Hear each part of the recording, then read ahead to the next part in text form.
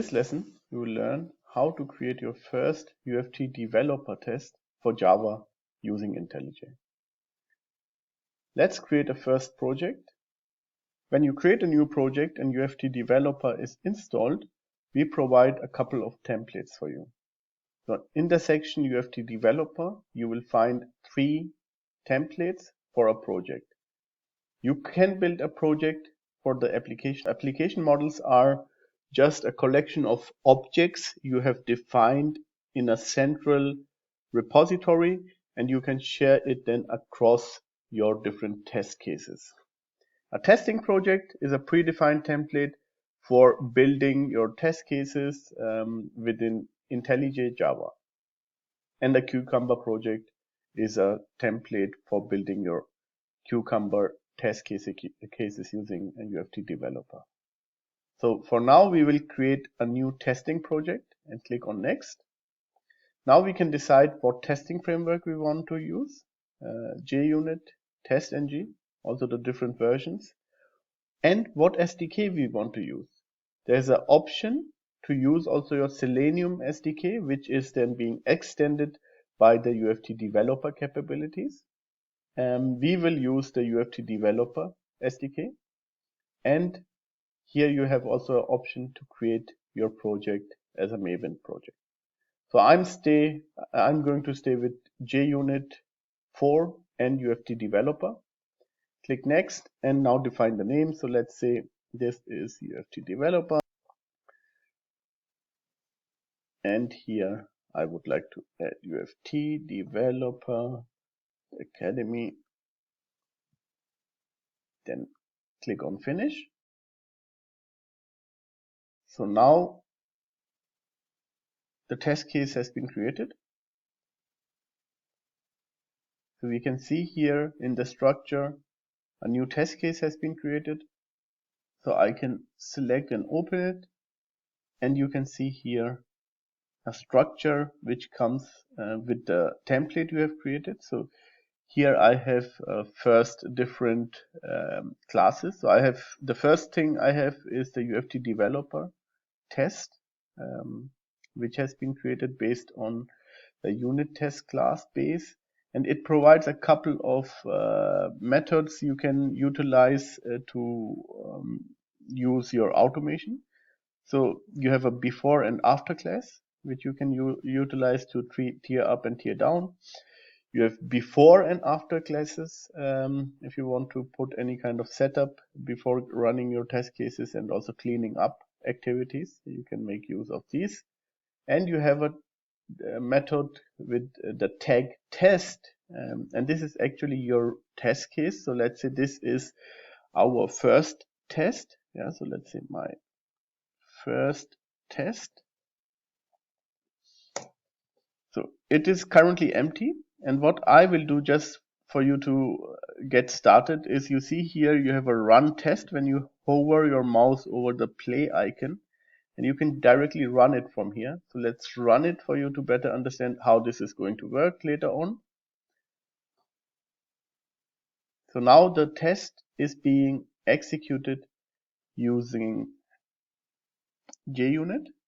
So you can see here it is running, and obviously it will be executed successfully as it is empty. So you can see the test case has been executed. It is passed, so this is okay. And now the first thing we will understand is here the import section. Yeah, so this is very important for us in order to really identify what technology we are going to use for UFT developers. So we support a couple of SDK for different technologies like Java. You have web, you have SAP. And in this first demo, I would like to just for now open a browser, enter a address, a URL, and then close it wieder after waiting 4 seconds. So let's do that.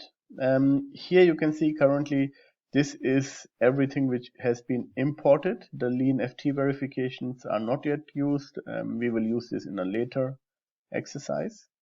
But for now, let's get started. The first thing I'm going to use is there is the first variable called browser. So this is a class where I can define my browser, and now I will assign here the browser factory.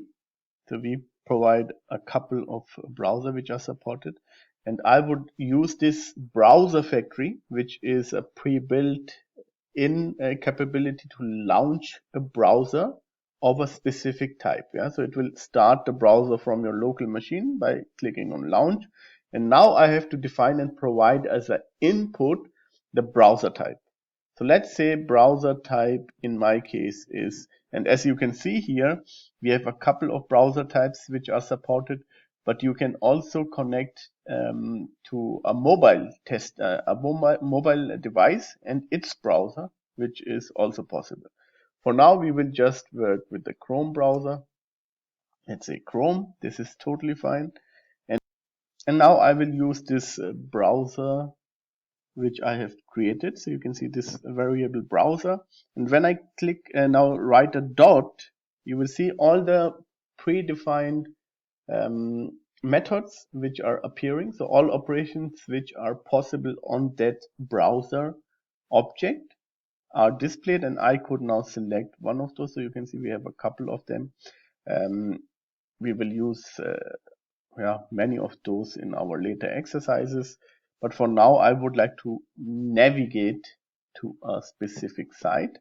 You can see the first one, which I can see here, is the navigation. So I select this, and here I can now write the URL. So let's say it will be http://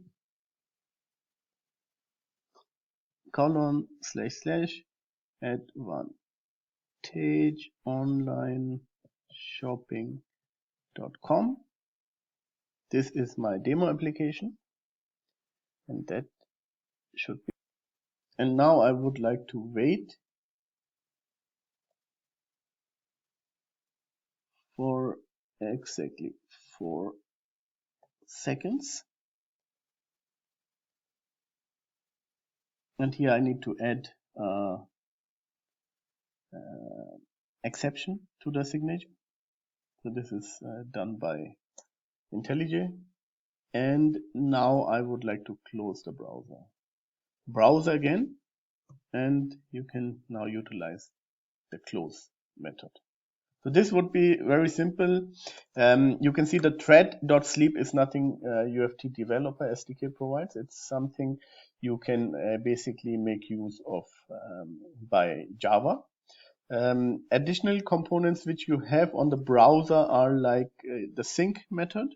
Yeah, so you can say, okay, do a automatically sync after navigation to the address, and then it will do the sync. And if I would run this now, it should open the browser, wait, and close again. So let's do that. So I can see the test is being started. Here we go. The application is loaded. Now we are waiting 4 seconds, and that was it. Test case passed. And in IntelliJ, I can see here my first test passed. And what the UFT developer also provides is a last run result. So you have a result which is standardized. You have everything logged in, which is interacting with the UI objects. So you can see here the launch of the browser with a Chrome parameter. We navigated to this URL, and then we closed the application or the browser itself. Here you can also add additional screenshots. You have the light or the dark mode of this. So this is very simple and straightforward to use.